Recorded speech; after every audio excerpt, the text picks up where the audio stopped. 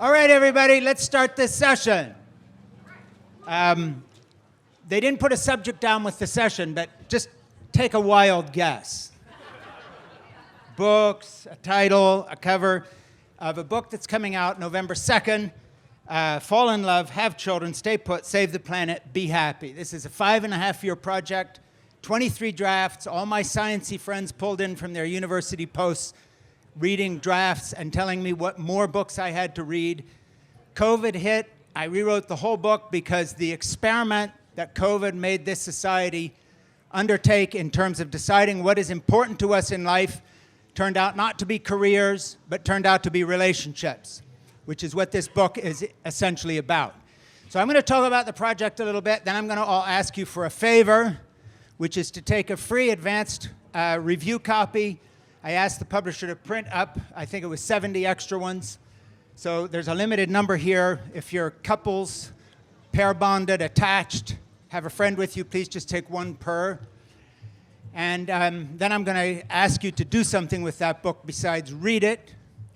And that is to help me promote this project by driving pre-orders on Amazon and eventually getting it everywhere. Now, I've gone ahead of myself. I am daring to bring this project here out of the dozen or so books I've written because this book happened because of the Wild Goose Festival. It would not have occurred without it. It comes from this festival where I began 7 or 8 years ago to talk about the full-time childcare I was giving my at that time, 2 youngest of my 5 grandchildren. My oldest grandchild, Amanda, is sitting right here in the front row, who drove me down through a rainstorm. When the tough got going, I sat in the passenger seat and told her to take over, and she got me through the rainstorm and got me here. And this book reflects the relationship that I have as someone who got my wife Jeannie pregnant when we were 17 and 18. That was 52 years ago. And has deep regrets at the busyness and stupidity of my attempt at fatherhood, which put me on the road 6 months a year, had me home being too strict with my children to make up for the deficit of my absence. Basically, as I put it in the book, turned me in, because I was in Christian work at the time, quote unquote, into an asshole by divine right. Because I grew up in a Christian tradition that said men are in charge of everything, women are secondary, if at all, and must obey the male. Children are to be disciplined and essentially broken. Religion is to help you order events in your family life to make everybody comply to this vision. You are, I repeat it one more time, I'd like to see how they're doing this in sign language, an asshole by divine right. So this book has 3 journeys within it. Perfect. Very good. This book has 3 journeys in it. It has a journey of parenthood, it has a journey of grandparenthood and caregiving, which I've been doing full-time now for 12 years for my youngest grandchildren. I don't mean I say I'm doing it and it's really my wife. It's me, along with her, taking care of 12 of children who are now 13, 10, 7, 4, 13 years. Lucy just turned 13. It comes out of the experience of talking about that here and seeing how that resonated. It comes out of the experience of comparing a mediocre to bad fatherhood with kids who grew up and then forgave me to the quality of care I've been giving 3 grandchildren. It comes out of the experience of saying to myself, why is love a thing? Why is it that as I push 70 years old, I look back on so-called achievement, and believe me, plenty more failure than achievement, even by stupid corporate standards, and I realize that what matters most at this stage of my life is the quality of the personal relationships of those closest to me. That the only truth I see in this life now is that which is written in the eyes of those who I love and who love me. Do I see fear? Do I see anxiety? Or do I see peace? And on that basis, I know exactly who I am. And believe me, I still see all 3. But that is the tutor. What you see written in the eyes of the people who actually know you, with whom bullshit no longer works. And that would be a good definition of grandchildren. Okay, so there's a third element to this book, and I've always been dyslexic, so maybe I'll say, keep going, and you'll say, he said there were 3, but now he's on number 7. Never mind. And do not mock the dyslexically, I can't even say the word, disabled. But here's the deal. The third element is that having started this investigation of why I went through this transition, how I transitioned out of far-right evangelical, oppressive, domineering, male-centric religion into a very new place in my life, science is involved, and I'm not a sciencey person. I'm pretty well read, but I have friends who are sciencey people, and I started sending them drafts of Fall in Love, Have Children, Stay Put, Save the Planet, Be Happy, and they're all thanked in the acknowledgments. You'll see who they were. These are folks who teach in universities who know stuff. One of them, Myrna Perez, who's a friend of mine, who's also a scientist. I always tell her, when I'm talking to you, Myrna, I know what a goldfish feels like in a bowl talking to its owner. Me, it's little blurps and bubbles, and you're like a different life form altogether. I just see you dimly through the glass, and I always have to ask you to translate it. As we say in Massachusetts, Myrna is wicked smart. And I'm just clever. There's a big difference. Okay, so my sciencey friends, of whom there were many, started saying, look, you're on a good track here. Love does drive life. Caring does drive life. But, believe it or not, Frank, there's actual scientific evidence now to prove conclusively what you are saying is correct. This is not a conjecture anymore. And here's how I'll sum it up for you, which in one way is the essence of the third part of that book. The old science that people like Richard Dawkins in The Selfish Gene wrote about saw the human race as inherently selfish, the selfish gene, slave to the survival of the fittest. All the new science that has come along in the 20 or 30 years since and is developing now, and by the way, also very intensely in the study of the relationship of dogs to humans, something I have in the book, puts it very differently. It is not the survival of the fittest, which itself is a misinterpretation of Darwin. It is the survival, and get this fixed in your head, of the friendliest. Those who cooperate survive. Those who do not die. And you're saying, but we're just pulling out of a useless war in Afghanistan and we all hate each other and racism is still there. Yes, but the trajectory of survival is cooperation, and I can prove it to you right now beyond the science in my book. You all are still breathing. Do you understand that if meanness, selfishness, terminal egoism, narcissistic behavior actually defined the human race, not one of you would be alive? Somebody raise their hand at random just for the hell of it. Do me a favor. Okay, you. What's your name?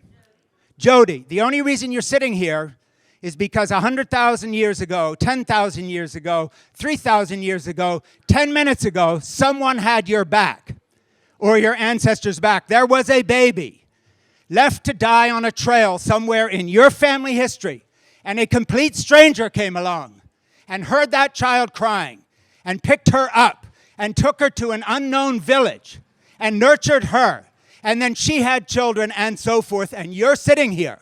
And had it been the survival of the fittest, they would have taken that child home and eaten it or kicked it into the bushes, and they did not. Humans are bred by evolution, not by God. This has nothing to do with God, if there is a God, or creation, or anything else, unless you're talking about an originator of all life in a different sense. But evolution bred us to be caregivers. I'll put it a different way. This has nothing to do with gender, what I'm going to say. Hold the emails. I am not a male.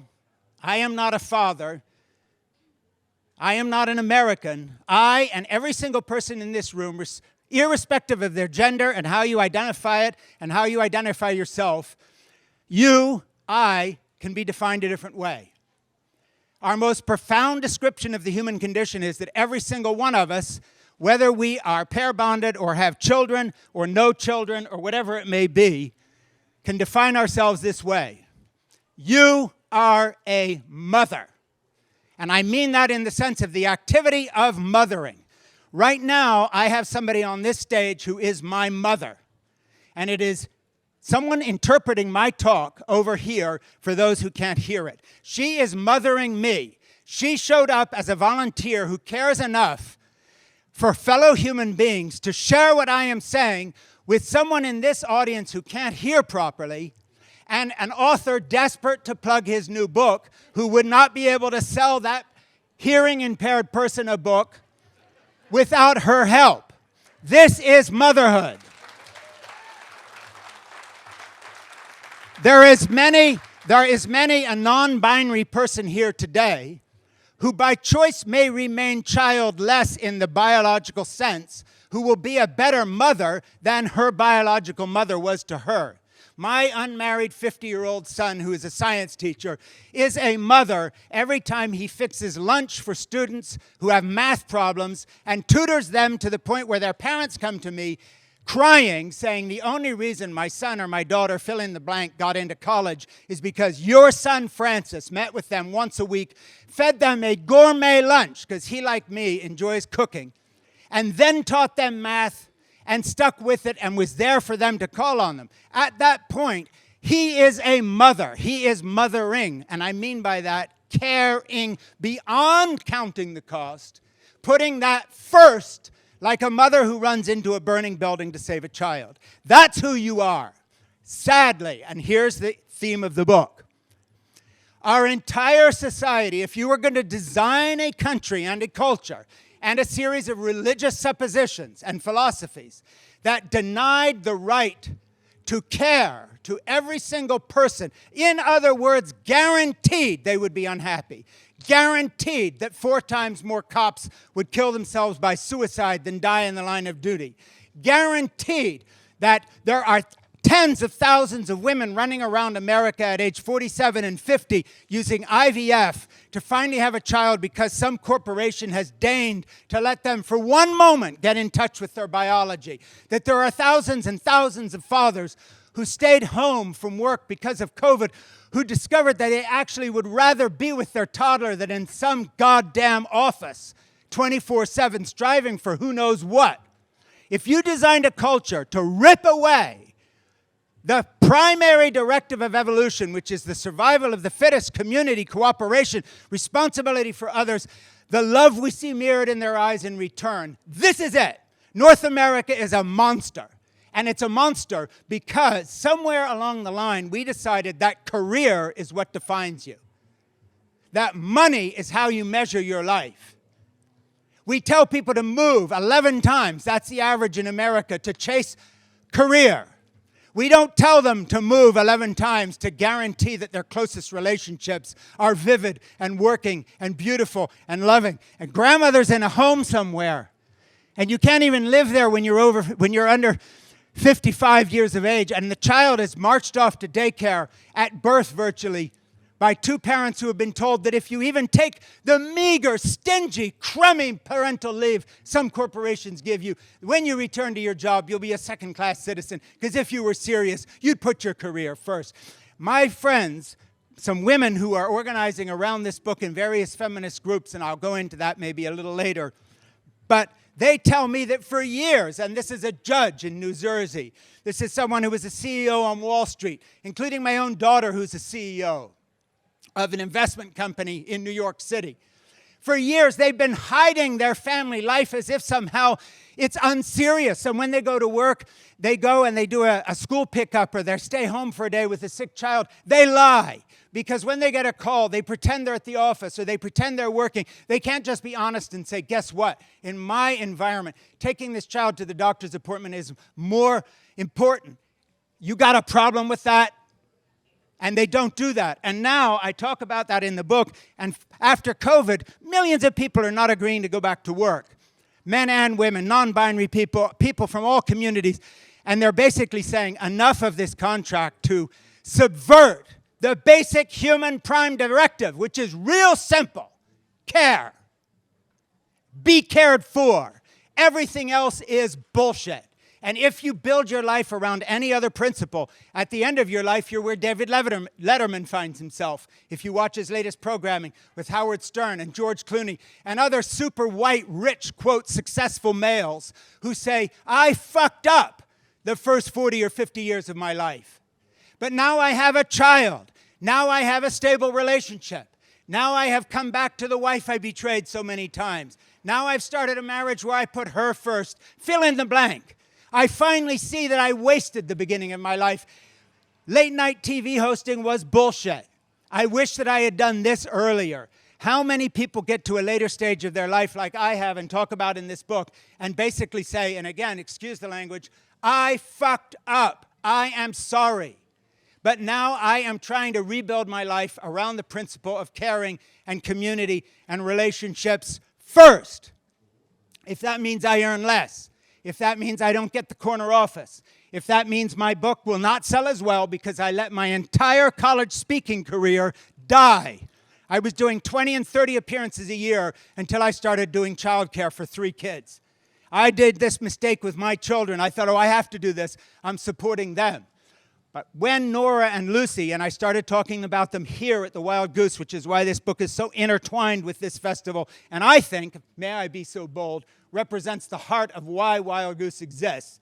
How's that for a claim? I have written your Bible, damn it. Okay, I didn't go that far. Okay, I back off. No lightning struck. Maybe it's true. And it's a work of genius! Okay, no, sorry. No, too far. Okay, so anyway, the point being, it comes from a festival of wounded refugees. This is a refugee camp. Everybody comes with a story. Some of us have had the guts to change that story or been given the grace to do it or the luck to do it or stumbled into it. That's why we're all here. If we thought everything was fine out there, we wouldn't be here, would we? Okay, so I am telling you as a fellow refugee who came here and started telling stories about grandchildren and saw that response, that it was in the response of the Wild Goose family that gave me the courage to, believe it or not, turn down a whole speaking tour to the Ivy League, which I had done before, for a new book of mine. Turn down the way I was earning my living and say no for the first time in years of striving to, quote, opportunities. Why? Because I was taking Lucy, who was then 4 years old, to the Massachusetts Museum of Fine Arts, the MFA, and that was more important because I was cooking Jack his dinner, and I can't cook his dinner every night if I'm on some bloody plane. Because when Nora was born, I wanted to be her friend too. Because when Amanda would visit me in America, I would take weeks off and we would go around museums in New York or do whatever we did. And now guess what? This is my best grown-up friend. She's sitting here, my granddaughter, who listens to my bullshit for hours while she drives me. And since she was driving, do you see any blood on this side of my face that was facing her in the car? She could have stabbed me with a pencil. She didn't. That proves it. I'm alive. I'm a good grandfather. She didn't kill me.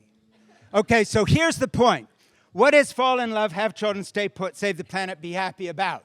Is it about being a white heterosexual male with a stable, pair-bonded family with kids and grandchildren generationally? No. I use that as the example because that's the color of my skin and that's my gender identity. This book is about something that transcends that, and that's why at the beginning of the book, the prime example I use that we all draw from that should give us hope is the activism of the gay community in the 70s and 80s, Stonewall, and the rebellion against a country that told you you were defended, you were defined by gender, you were defined by sexuality, you were defined by success, and there were gay men and women who were brave enough to give up acceptance in the wider world, career, and even family to claim the right to love. And in that model, we have a model for white, unrepentant, male-dominant America.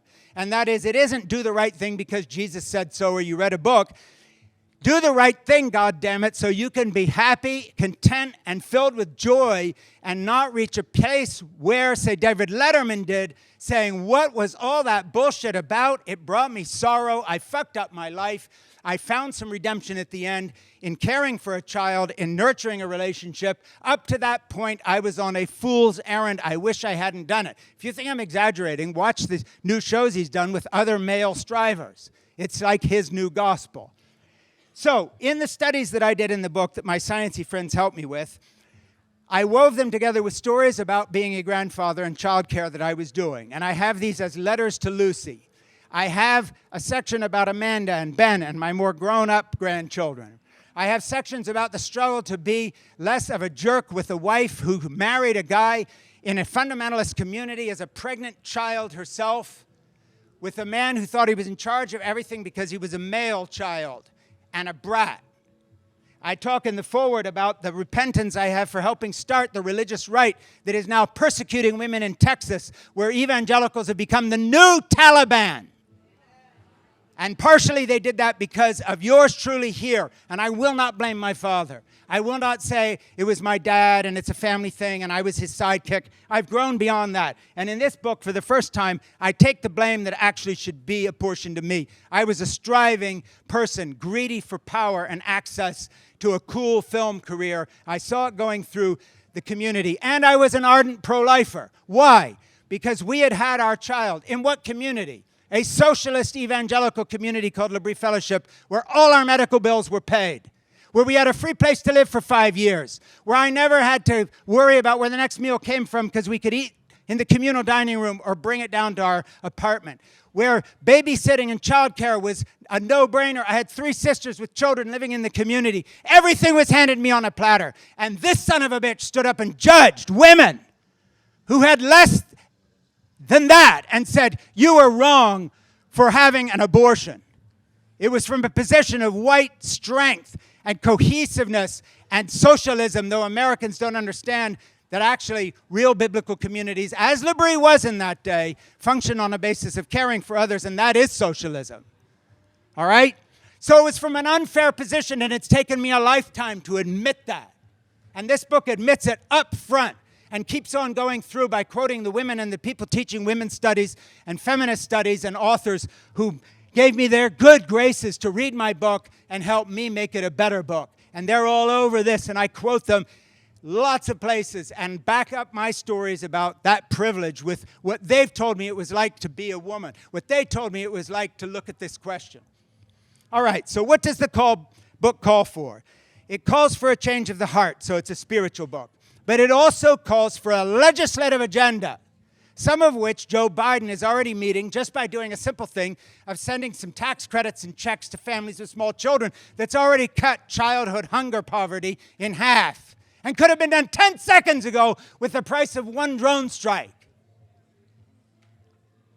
And so the book calls for a hard-nosed, hard-assed, in-your-face legislative agenda that will cost the American taxpayer because it's the only way to make this into a happy, thriving culture. And we have examples from other cultures. Iceland, where if a young woman gets pregnant in high school, nobody says to her, keep the baby or you're murdering your child and or ruin your life. They say, hey, here's a free abortion if you want one, but we want you to know about this program where you can stay in school pregnant. This is high school.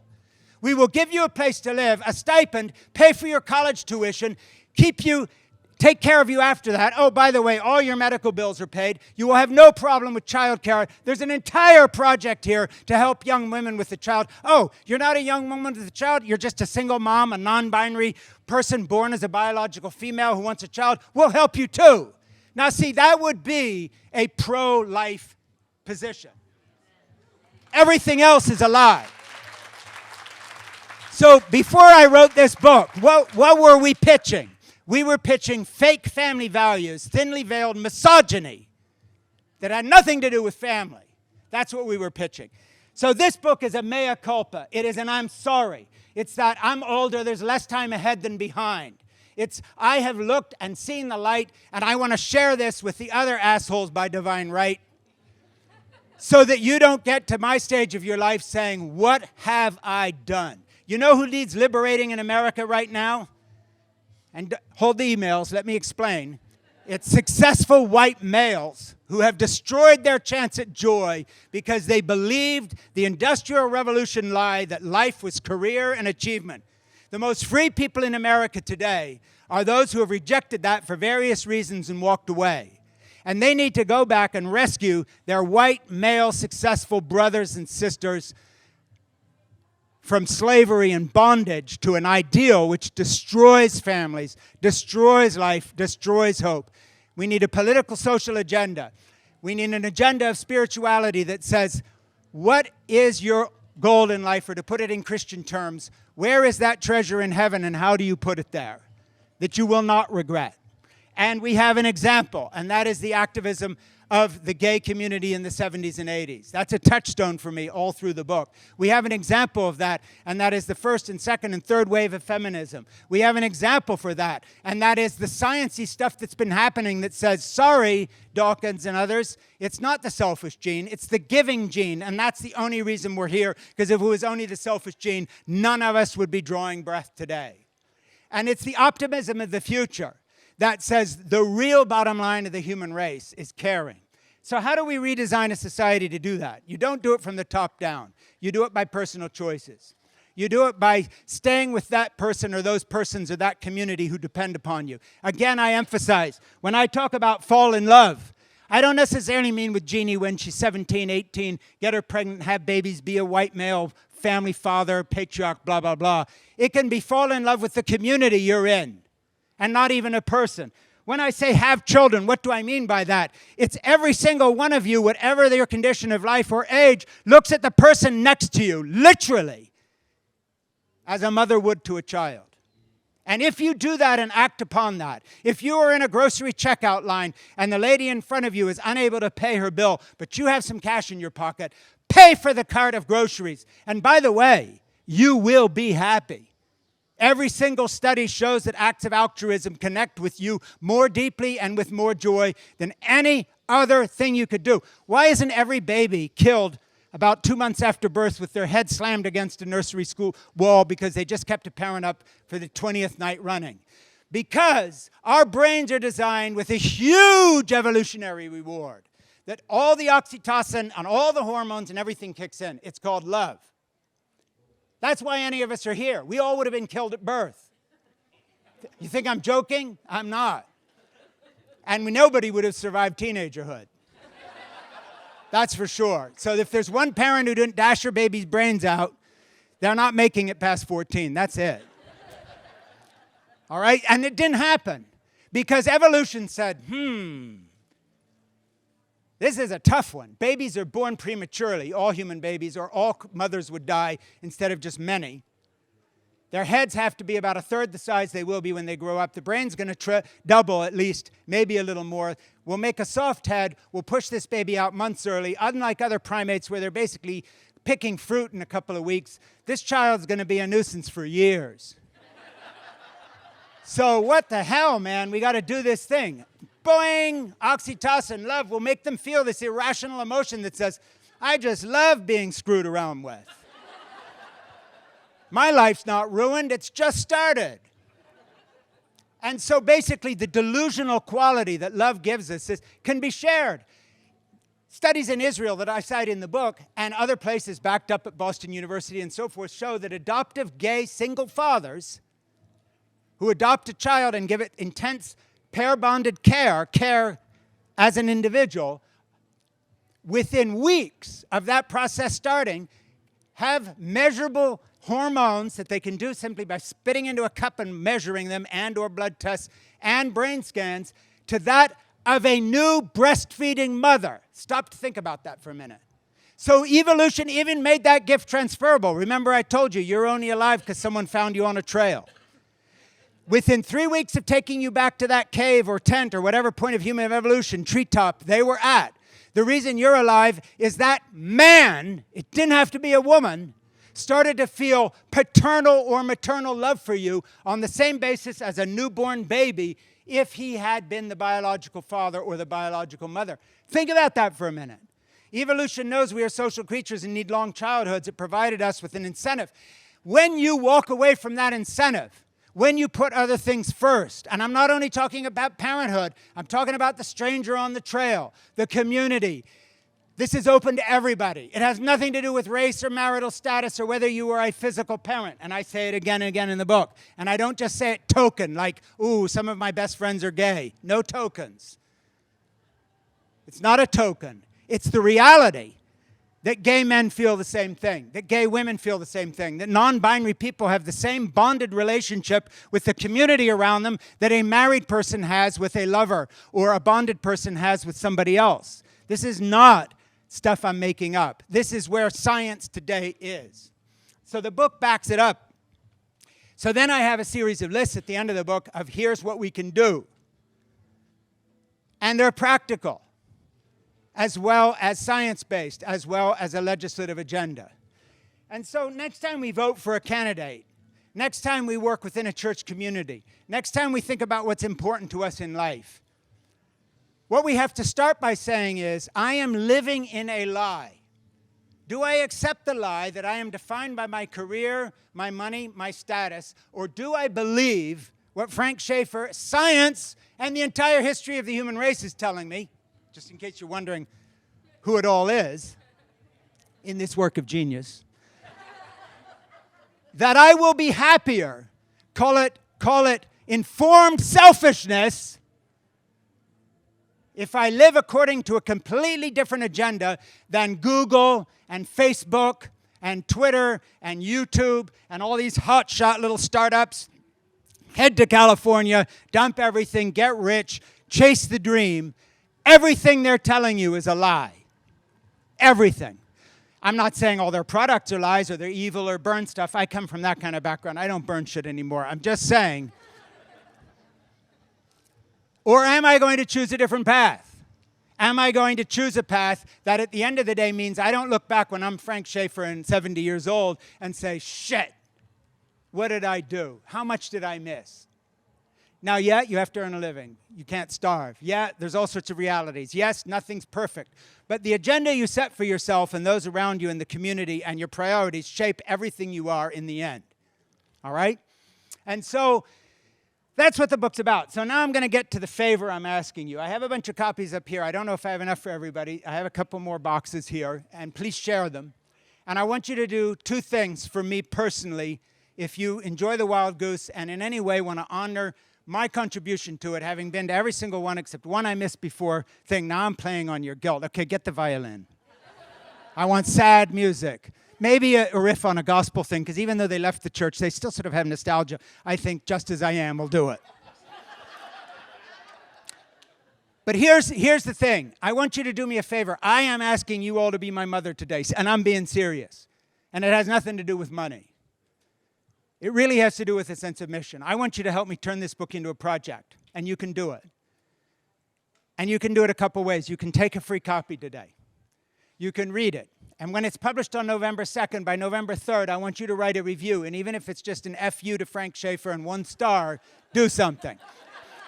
If you're really nice to me, because you have a free book and you love it so much, you'll pre-order some copies for Christmas and gifts so that my numbers on Amazon look good. Hint, hint, I don't like Amazon any better, but guess where all the little indie, sexy, happy bookstores run by wonderful people look to see if a book exists?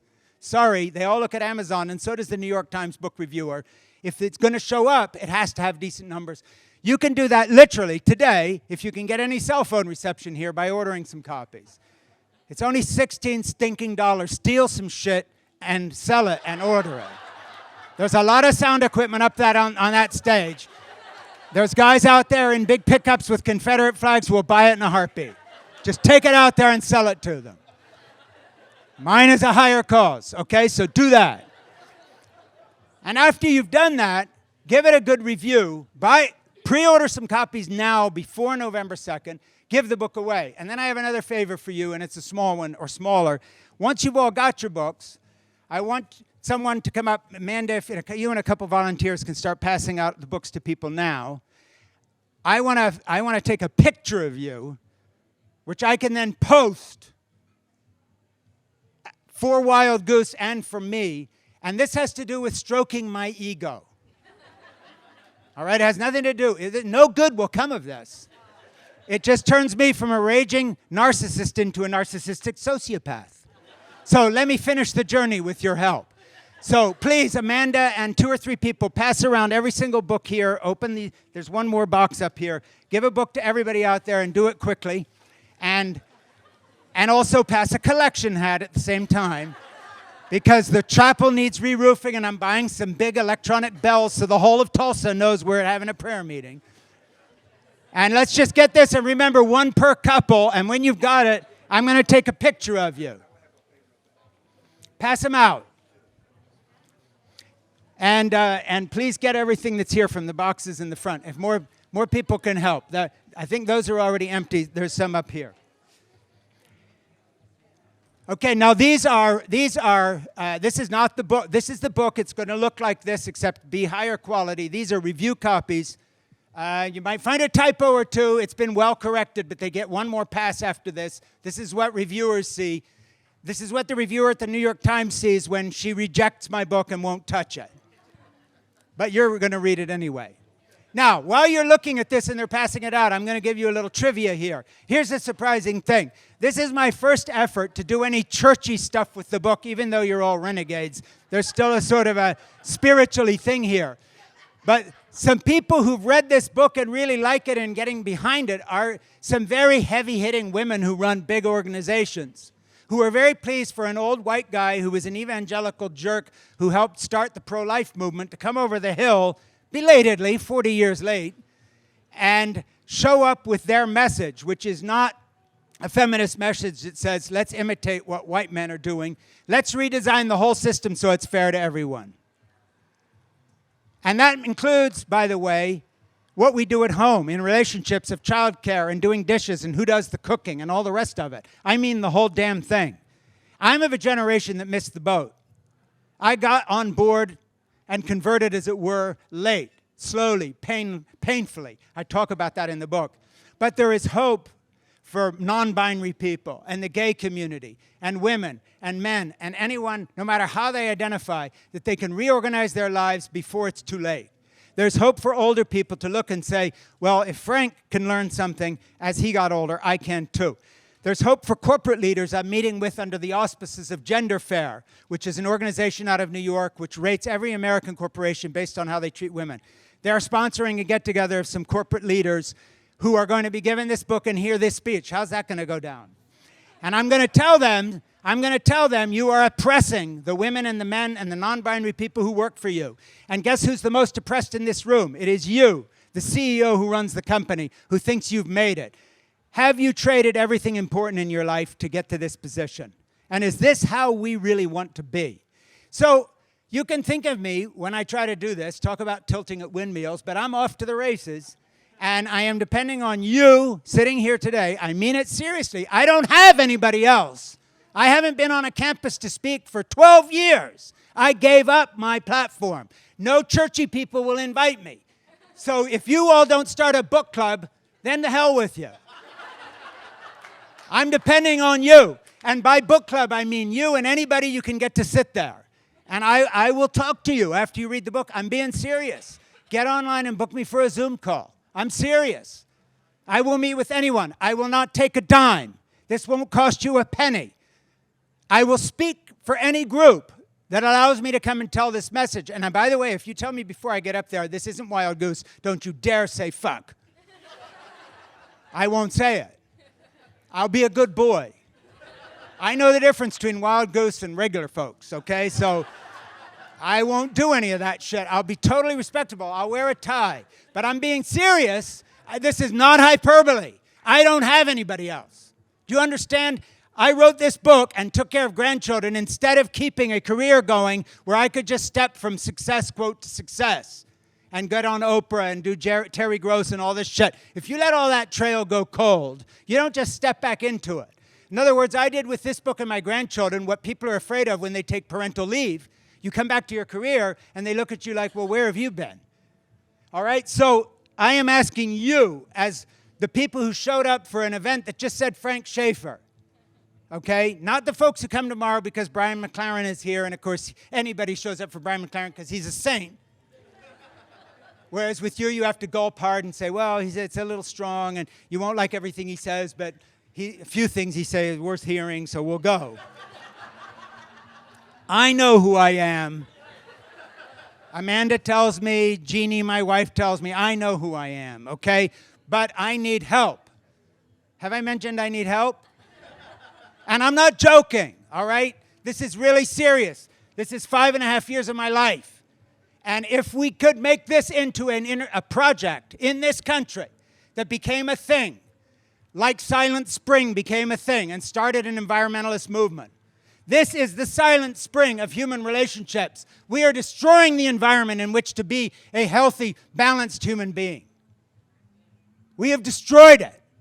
We are dead men walking. We have turned it into a culture that kills the human spirit at every turn. We are the internal combustion engine of creation. We have poisoned our environment.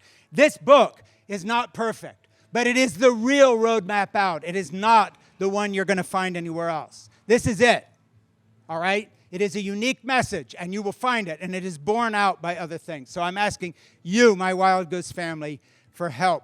Be my mother. Be my mother. Please treat this as if I am your son, and I want to make you proud.